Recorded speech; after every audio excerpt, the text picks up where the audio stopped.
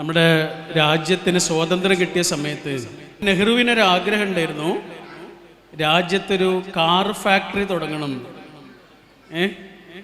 അപ്പം അന്ന് ഗാന്ധിജി ജീവിച്ചിരിപ്പുണ്ട്. ഗാന്ധിജിയോട് ചെന്നിട്ട് ചോദിച്ചു, ബാപ്പു എനിക്കിങ്ങനെ ഒരു ആഗ്രഹമുണ്ട്, കാർ ഫാക്ടറി തുടങ്ങണം എന്നൊരു ആഗ്രഹമുണ്ട്. അപ്പം ഗാന്ധിജി കേട്ടപാടെ പറഞ്ഞു, അത് വേണ്ട. നമ്മുടെ നാട്ടിലത്തെ ആൾക്കാർ കാറ് പോകുന്ന ആൾക്കാരല്ലല്ലോ, കൂടുതൽ ആൾക്കാർ നടന്നു പോകുന്ന ആൾക്കാരാണ്. അതുകൊണ്ട് അവർക്കൊരു സൈക്കിളാണ് വേണ്ടത്, കാറല്ല വേണ്ടത്. കാറിൻ്റെ ഫാക്ടറിയൊക്കെ പിന്നെ തുടങ്ങാമെന്ന് പറഞ്ഞു. നെഹ്റു തുടങ്ങിയില്ല. നെഹ്റുവിൻ്റെ പേരക്കുട്ടിയെ തുടങ്ങിയ. അതിന് നമ്മൾ വിളിക്കുന്ന പേരാണ് മാരുതി. ഹനുമാനാണ് മാരുതി എന്ന്. മരുത്താൻ കൊണ്ടുപോയ ആളുടെ പേരാണ് മാരുതി. അപ്പോൾ നെഹ്റു തുടങ്ങിയില്ല. പക്ഷേ നെഹ്റുവിനോട് അന്ന് ഗാന്ധിജി ഒരു കാര്യം പറഞ്ഞിട്ടുണ്ട്. നെഹ്റുവിനെ നിങ്ങൾക്കറിയില്ലേ, ദൈവവിശ്വാസിയല്ല, മതവിശ്വാസിയല്ല, ഒട്ടും സ്പിരിച്വൽ അല്ലാത്തൊരു മനുഷ്യനാണ്. ആ മനുഷ്യനോട് ഗാന്ധിജി എന്താ പറഞ്ഞറിയോ, വലിയ വലിയ തീരുമാനങ്ങൾ എടുക്കുമ്പോൾ ഒരു ദിവസം നോമ്പ് നോൽക്കണം. ഒരു ദിവസം നോമ്പ് നോൽക്കണം. അങ്ങനെ നോമ്പ് നോറ്റിട്ട് മനസ്സിനോട് ചോദിക്കണം, ഞാൻ എടുക്കുന്ന തീരുമാനം കൊണ്ട് പാവപ്പെട്ടവർക്ക് എന്ത് കിട്ടും? കിട്ടുമെങ്കിൽ ചെയ്താൽ മതി, ഇല്ലെങ്കിൽ ചെയ്യണ്ട. ചെറിയ വാക്കല്ല. 9 മണിക്ക് ബെല്ലടിച്ച് ഹാജർ പട്ടികയും ചോക്കും എടുത്ത് ക്ലാസ് മുറിയിലേക്ക് പോകുന്ന മാഷിനോട്, ടീച്ചറോട് ഗാന്ധിജി എന്താ പറയണെന്നറിയോ? നിങ്ങൾ ആ ക്ലാസ് മുറിയിലുള്ള 1 മണിക്കൂർ നേരല്ലേ, ആ 1 മണിക്കൂർ കൊണ്ട് ആ ക്ലാസ് മുറിയിൽ പഠിക്കാൻ ഏറ്റവും പിന്നാക്കം നിൽക്കുന്ന കുട്ടിക്ക് എന്ത് കിട്ടും? നിങ്ങളൊരു സ്കൂളിൽ 26 കൊല്ലം ടീച്ചറായി. ആ 26 കൊല്ലം കൊണ്ട് ആ സ്കൂളിലേക്ക് വന്നു പോയ, പഠിക്കാൻ ഏറ്റവും പിന്നോക്കം നിൽക്കുന്ന, പഠിക്കാൻ ഏറ്റവും മടിയുള്ള, അല്ലെങ്കിൽ പഠിക്കാൻ ഏറ്റവും പ്രയാസമുള്ള കുട്ടിക്ക് നിങ്ങളെ കൊണ്ട് എന്ത് കിട്ടി? നന്നായി പഠിക്കുന്ന കുട്ടിക്ക് നിങ്ങൾ ആവശ്യമില്ല. പള്ളികളും അമ്പലങ്ങളും ഉണ്ടാക്കി വെച്ചത് ആർക്ക് വേണ്ടിയാണെന്നറിയാം? വിശുദ്ധരായ ആളുകൾക്ക് വേണ്ടിയല്ല. വിശുദ്ധരായ ആളുകൾക്ക് അതിൻ്റെ ആവശ്യം പോലും ഇല്ല. പിന്നെ ആർക്ക് വേണ്ടിയാ? പാപികൾക്കുള്ളതാണ്.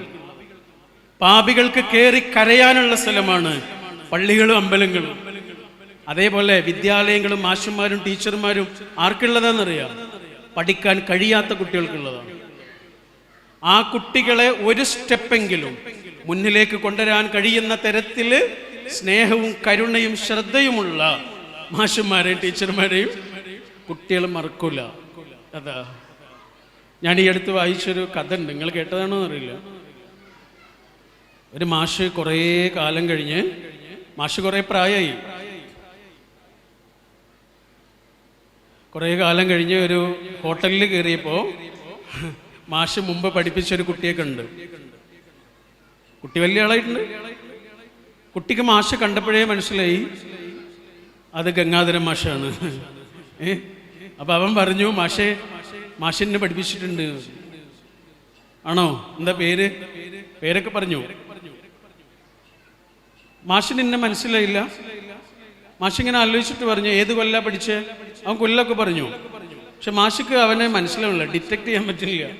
അപ്പം ഇവൻ പറഞ്ഞു, മാഷേ ഒരു സംഭവം പറഞ്ഞാൽ മാഷിക്ക് എന്നെ ഓർമ്മ വരും. സംഭവം? ആ സംഭവം എന്താണെന്നറിയോ? എൻ്റെ കൂടെ പഠിക്കുന്ന കുട്ടിയുടെ, ഞങ്ങളുടെ ക്ലാസ്സിലെ ഒരു കുട്ടിയുടെ വാപ്പ ഗൾഫിലായിരുന്നു. അവന് വാപ്പ ഒരു വാച്ച് കൊണ്ടുവന്നു, പുതിയ വാച്ച്. അവൻ ആ വാച്ചും കെട്ടിയിട്ട് ക്ലാസ്സിൽ വന്ന് ഉച്ചയായപ്പോഴേക്ക് വാച്ച് കാണാനില്ല. മാഷ്, ഞങ്ങളെ ക്ലാസ് മാഷ് വന്നിട്ട് മാഷിനോട് ഞങ്ങളെല്ലാം, ആ കുട്ടികളൊക്കെ അത് പറഞ്ഞു, വാച്ച് കാണാനില്ല എന്ന് പറഞ്ഞു. അപ്പം മാഷിക്ക് മനസ്സിലായി വാച്ച് ക്ലാസ്സിൻ്റെ പുറത്തേക്ക് പോയിട്ടില്ല എന്ന്. അപ്പം മാഷ് ഞങ്ങളോട് എല്ലാവരോടും എഴുന്നേറ്റ് നിൽക്കാൻ പറഞ്ഞു. ഓർമ്മയില്ലേ? ആ ഓർമ്മ ഉണ്ടടാ. എന്നിട്ട് മാഷ് എന്താ ചെയ്തതെന്നറിയാ? ഞങ്ങളോട് എല്ലാവരോടും കണ്ണടക്കാൻ പറഞ്ഞു. ഞങ്ങളെല്ലാവരും കണ്ണ് ചിമ്മി നിന്നു. മാഷ് ഞങ്ങളുടെയൊക്കെ പോക്കറ്റിൽ വന്നിട്ട് ഇങ്ങനെ തപ്പി. ഒരാളെ പോക്കറ്റിൽ നിന്ന് കിട്ടിയില്ലേ? ആ കിട്ടി, എൻ്റെതായിരുന്നു മാഷ്, ഞാനായിരുന്നു അത് എടുത്തത്. ഇപ്പം മാഷിക്ക് എന്നെ മനസ്സിലായില്ലേ എന്ന് ചോദിച്ചു. ആ സംഭവം എനിക്ക് ഓർമ്മ ഉണ്ടടാ, പക്ഷെ ആളെ എനിക്ക് മനസ്സിലായിട്ടില്ല എന്ന് പറഞ്ഞു. അതെന്താ മാഷേ?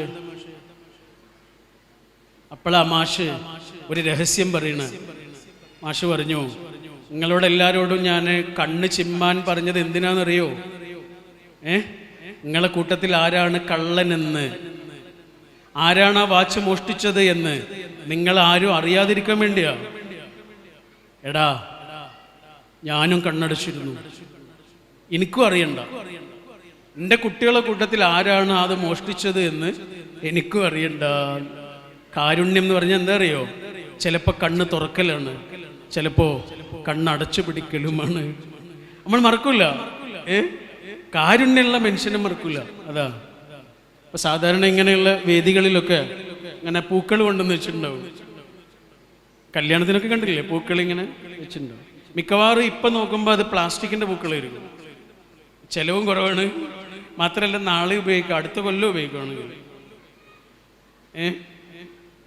പ്ലാസ്റ്റിക് അല്ലാതെ റിയൽ ശരിക്കുള്ള പൂക്കളാണെങ്കിലോ വാടിപ്പോകില്ലേ? അത് നാളെ ഉപയോഗിക്കാൻ പറ്റൂലല്ലോ. പ്ലാസ്റ്റിക് ആണെങ്കിലോ വാടൂല, കൊഴിയൂല, നിറം പോവില്ല, തളരൂല. റിയൽ ആണെങ്കിൽ തളരും. നമ്മൾ റിയലാണ്, നമ്മൾ പ്ലാസ്റ്റിക് അല്ലേ. ഉള്ളിൽ മനസ്സെന്ന് പറയുന്നൊരു സാധനം ഉണ്ട്. അതുകൊണ്ട് അതിൻ്റെ എല്ലാ അവസ്ഥകളും നമുക്കുണ്ടാവും. അതാ ആ അവസ്ഥയെ മനസ്സിലാക്കുന്ന മനുഷ്യന് നമ്മൾ മറക്കൂല. നമ്മുടെ പഴയൊരു പാട്ടുണ്ടല്ലോ, നിങ്ങൾക്ക് എല്ലാവർക്കും ഇഷ്ടമായിരിക്കും. അത് കേൾക്കാത്തവരുണ്ടെങ്കിൽ കേൾക്കേണ്ട പാട്ടോ. ബന്ധുവാര് ശത്രുവാര് എന്ന് പറഞ്ഞ പാട്ടില്ലല്ലോ, എല്ലാവർക്കും ഇഷ്ടമായിരിക്കും. അത് കേട്ടാൽ അവിടെ കുറച്ചു നേരം നമ്മളിങ്ങനെ നിൽക്കും. അതെന്തുകൊണ്ടാണെന്നറിയോ? പുതിയ കുട്ടികൾക്ക് വരെ ഇഷ്ടമാണ് ആ പാട്ട്. അതെല്ലാ മനുഷ്യന്റെ ഉള്ളിലെ കരച്ചിലാണ് ആ പാട്ട്. ശ്രീകുമാരൻ തമ്പി എന്ന വിസ്മയകരമായ നമ്മുടെ ഒരു പ്രതിഭാശാലി എഴുതിയ പാട്ടാ. ആ പാട്ടിലൊരു വരിയുണ്ട്, ഭയങ്കര രസമുള്ളൊരു വരിയാണ്. എന്താ അറിയോ? നമ്മളിങ്ങനെ ഒരു വീട് കണ്ടാൽ അത് എത്ര വലുതാണ് എന്നൊക്കെ നോക്കൂലേ? എത്ര സ്ക്വയർ ഫീറ്റ് ഉണ്ട്, അല്ലെങ്കിൽ എത്ര ഫ്ലോർ ഉണ്ട്, തട്ടുണ്ട് എന്നൊക്കെ നോക്കൂലേ? അതിനെക്കുറിച്ചാണ് പറയുന്നത്. നിലകൾ എണ്ണുവതിൽ കഥയെന്ത് പൊരുളെന്ത്. എത്ര വലിയ വീടാണ് എന്നൊക്കെ നോക്കുന്നതിലെടാ എന്തർത്ഥമാണുള്ളത്? എന്നിട്ട് അടുത്ത വരി എന്താ അറിയോ? ഹൃദയലയം കാണും കുടിലേ മണിമാളിക. എല്ലാ വീട്ടിലും ഇങ്ങനെ എഴുതി വെക്കേണ്ട വരിയാണെന്ന് തോന്നുന്നുണ്ട്. ഹൃദയലയം കാണും കുടിലേ മണിമാളിക. തൊട്ടടുത്തുള്ള മനുഷ്യന്റെ മനസ്സ് കാണുന്നത് എവിടെയാണോ, അങ്ങനെയുള്ള മനുഷ്യന്മാർ ജീവിക്കുന്നത് എവിടെയാണോ അത് കൊട്ടാരമാണ്. അതൊരു കുടിലാണെങ്കിൽ പോലും. തൊട്ടപ്പുറത്ത് കിടക്കുന്നൊരു ടീനേജറായ കുട്ടിയുണ്ട്, 15, 16, 17 വയസ്സുള്ള കുട്ടിയുണ്ട്. ആ കുട്ടിക്ക് ആ കുട്ടിയുടേതായ സ്ട്രെസ് ഉണ്ട്, ആ കുട്ടിയുടേതായ സങ്കടങ്ങളുണ്ട്, ആ ഏജിൽ വരുന്ന പ്രശ്നങ്ങളുണ്ട്. നമ്മൾ പറയും ദേഷ്യം വന്നു, അവന് ഭയങ്കര ദേഷ്യമാണ് അല്ലേ, 7ാം ക്ലാസ് കഴിഞ്ഞപ്പോൾ ആളാകെ മാറി, ഇങ്ങനെയൊക്കെ പറയും നമ്മൾ അല്ലേ. പണ്ടൊക്കെ നമ്മൾ വിളിക്കുന്നിടത്തേക്ക് വരുന്ന കുട്ടിയായിരുന്നു, നമ്മളെന്താണോ പറയണത് അതായിരുന്നു ഇഷ്ടം. ഇപ്പം ആളാകെ മാറി, ഭയങ്കര ദേഷ്യമാണ്, അനിയത്തിയോട് ദേഷ്യം വരും, ഒറ്റയ്ക്കിരിക്കാനാണ് ഇഷ്ടം, ഇങ്ങനെയൊക്കെ പറയില്ലേ. സത്യത്തിൽ എന്താണ് ആ കുട്ടിക്ക് സംഭവിച്ചത്? ആൺകുട്ടിയാവട്ടെ പെൺകുട്ടിയാവട്ടെ എന്താ സംഭവിച്ചെന്താ? ടീനേജിലെത്തുമ്പോ എന്താണെന്നറിയോ? ഇവിടെ ഇത്രയേറെ സഹോദരിമാരിക്കണില്ലേ? നിങ്ങളൊരു 13 വയസ്സോ 14 വയസ്സോ ഒക്കെ മുതൽ ഓരോ മാസവും 7 ദിവസം കടന്നു പോകുന്ന കഷ്ടദിനങ്ങളില്ലേ? ഉള്ളിൽ ഗർഭപാത്രം ഉണ്ട് എന്നുള്ള ഒരൊറ്റ കാരണം കൊണ്ട് നിങ്ങൾ കടന്നു പോകുന്നതാ. നിങ്ങൾക്ക് വേണ്ടിയല്ല, മനുഷ്യവംശത്തിന് വേണ്ടിയിട്ട്. ആ സമയത്ത് നിങ്ങൾ ഞങ്ങളോട് വന്നിട്ട് പറയില്ലേ, എനിക്ക് എന്താണെന്നറിയില്ല, ഭയങ്കര ദേഷ്യം വരുന്നുണ്ട്, എനിക്ക് കാരണമില്ലാതെ കരച്ചിൽ വരുന്നുണ്ട്, എന്നെ ദേഷ്യം പിടിപ്പിക്കരുത്, ഇന്നാൾ പറഞ്ഞ പോലെ ഒന്നും എന്നോട് പറയരുത് എന്നൊക്കെ ഇങ്ങനെ ഞങ്ങളോട് വന്നിട്ട് നിങ്ങൾ പറയില്ലേ? അത്രയും മൂഡ് സ്വിങ്സ് ഉണ്ടാവും. അതെന്തുകൊണ്ടാണെന്നറിയോ? നിങ്ങൾക്ക് ആ സമയത്ത് നിങ്ങളുടെ ശരീരത്തിൻ്റെ ഉള്ളിൽ ഹോർമോണിൻ്റെ വലിയ മാറ്റങ്ങൾ നടക്കുന്നുണ്ട്. അതാ ഹോർമോണിൻ്റെ വേലിയേറ്റം നടക്കുന്നുണ്ട്. അതുകൊണ്ടാണത്. ഇതാണുങ്ങൾക്കുണ്ടോ ഈ ഹോർമോണിൻ്റെ കഠിനമായ വേലിയേറ്റം? പുരുഷന്മാർക്കുണ്ടോ? ജീവിതത്തിൽ ഒരേ ഒരു പ്രാവശ്യമുണ്ട്. അതാണ് ടീനേജ്. അപ്പം ആ കുട്ടിയെ നമ്മൾ എത്ര മനസ്സിലാക്കണം? ആൺകുട്ടിയാവട്ടെ പെൺകുട്ടിയാവട്ടെ, ആ കുട്ടിക്ക് തന്നെ മനസ്സിലാവില്ല എന്താ സംഭവിക്കണ.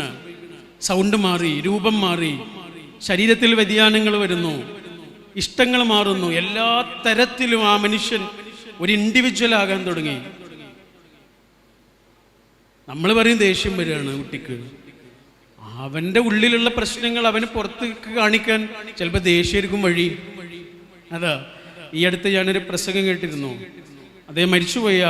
അദ്ദേഹം ആ ഗുരു വലിയൊരു ഗുരുവാണ്, ഒരു ബുദ്ധമത പണ്ഡിതനാണ്. അദ്ദേഹം 100ാമത്തെ വയസ്സിലാണ് മരിക്കുന്നത്. അപ്പം അദ്ദേഹത്തോടൊരു പ്രസംഗത്തിലൊരു അമ്മ ചോദിക്കുന്നുണ്ട്, എൻ്റെ കൂടെ ടീനേജ് ഉള്ളൊരു കുട്ടിയുണ്ട്, കൗമാരം പ്രായമുള്ളൊരു കുട്ടിയുണ്ട്, ഞാൻ എന്താണ് എൻ്റെ കുട്ടിക്ക് കൊടുക്കേണ്ടതെന്ന് ചോദിച്ചു. എനിക്ക് മനസ്സിലാവണില്ല, ഞാൻ എന്താ എൻ്റെ കുട്ടിക്ക് കൊടുക്കേണ്ടതെന്ന് ചോദിച്ചു. അപ്പം അദ്ദേഹം ആകെ പറഞ്ഞതെന്താണെന്നറിയോ? ആകെ ഒരു വാക്ക പറഞ്ഞ അദ്ദേഹം പറഞ്ഞു, പ്ലീസ് ഹഗ് ഹിം. അമ്മേ, നിങ്ങൾ പറ്റുമെങ്കിൽ നിങ്ങളെ കുട്ടിയെ ഒന്ന് കെട്ടിപ്പിടിക്കണം. നമുക്ക് ചെറിയ വാക്കായിട്ട് തോന്നും, പക്ഷെ ചെറിയ വാക്കല്ല. പരീക്ഷയ്ക്ക് ഇറങ്ങുന്ന 10ാം ക്ലാസ്സിലെ പ്ലസ് 2 പരീക്ഷയ്ക്ക് ഇറങ്ങുന്ന നമ്മുടെ കുട്ടിയെ നമ്മളിങ്ങനെ ചോദിക്കൂലേ, പേനയെടുത്തോ പഠിച്ചോ ഒക്കെ ഓർമ്മല്ലേ നമുക്ക് ചോദിക്കൂലേ? അതൊക്കെ ചോദിക്കുന്നതിന് പകരം ഒരു ദിവസം ഒന്നും ചോദിക്കണ്ട, എൻ്റെ കുട്ടി ഇങ്ങോട്ട് വാ എന്ന് പറഞ്ഞിട്ട് വെറുതെ ഒന്ന് കെട്ടിപ്പിടിച്ച് നോക്കൊണ്ടു. ആ കുട്ടിയെ നമ്മളെ ഇങ്ങനെ മുറുകെ പിടിക്കും, വിടൂല. കുറച്ചു നേരം ഇങ്ങനെ കെട്ടിപ്പിടിച്ച് നിന്നിട്ട് മൂപ്പരിങ്ങനെ ചൂടാറി തണുത്ത് പരീക്ഷയ്ക്ക് പോകും. ആ കുട്ടി പറയാതെ ഒരു കാര്യം നമ്മളോട് പറയുന്നുണ്ട്, അമ്മ എനിക്കിതാണ് വേണ്ടത്. അപ്പോൾ ഓരോ മനുഷ്യനും ഓരോ സന്ദർഭത്തിൽ ഓരോന്ന് ആവശ്യമുണ്ട്.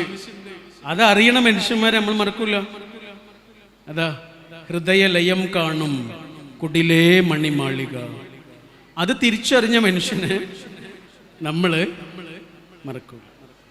ഈ കലാലയത്തിൻ്റെ കഴിഞ്ഞുപോയ വർഷങ്ങൾക്കും വരാനിരിക്കുന്ന വർഷങ്ങൾക്കും ഇവിടെ പഠിച്ചിറങ്ങിയ മുഴുവൻ കുഞ്ഞുങ്ങൾക്കും അധ്യാപകർക്കും ആ കുഞ്ഞുങ്ങളുടെ രക്ഷിതാക്കളായി സ്വയം മാറിയ അധ്യാപകർക്കും എല്ലാ ആശംസകളും സ്നേഹവും അർപ്പിച്ചുകൊണ്ട് ഞാൻ എൻ്റെ വാക്കുകൾ അവസാനിപ്പിക്കുന്നു. Thank you.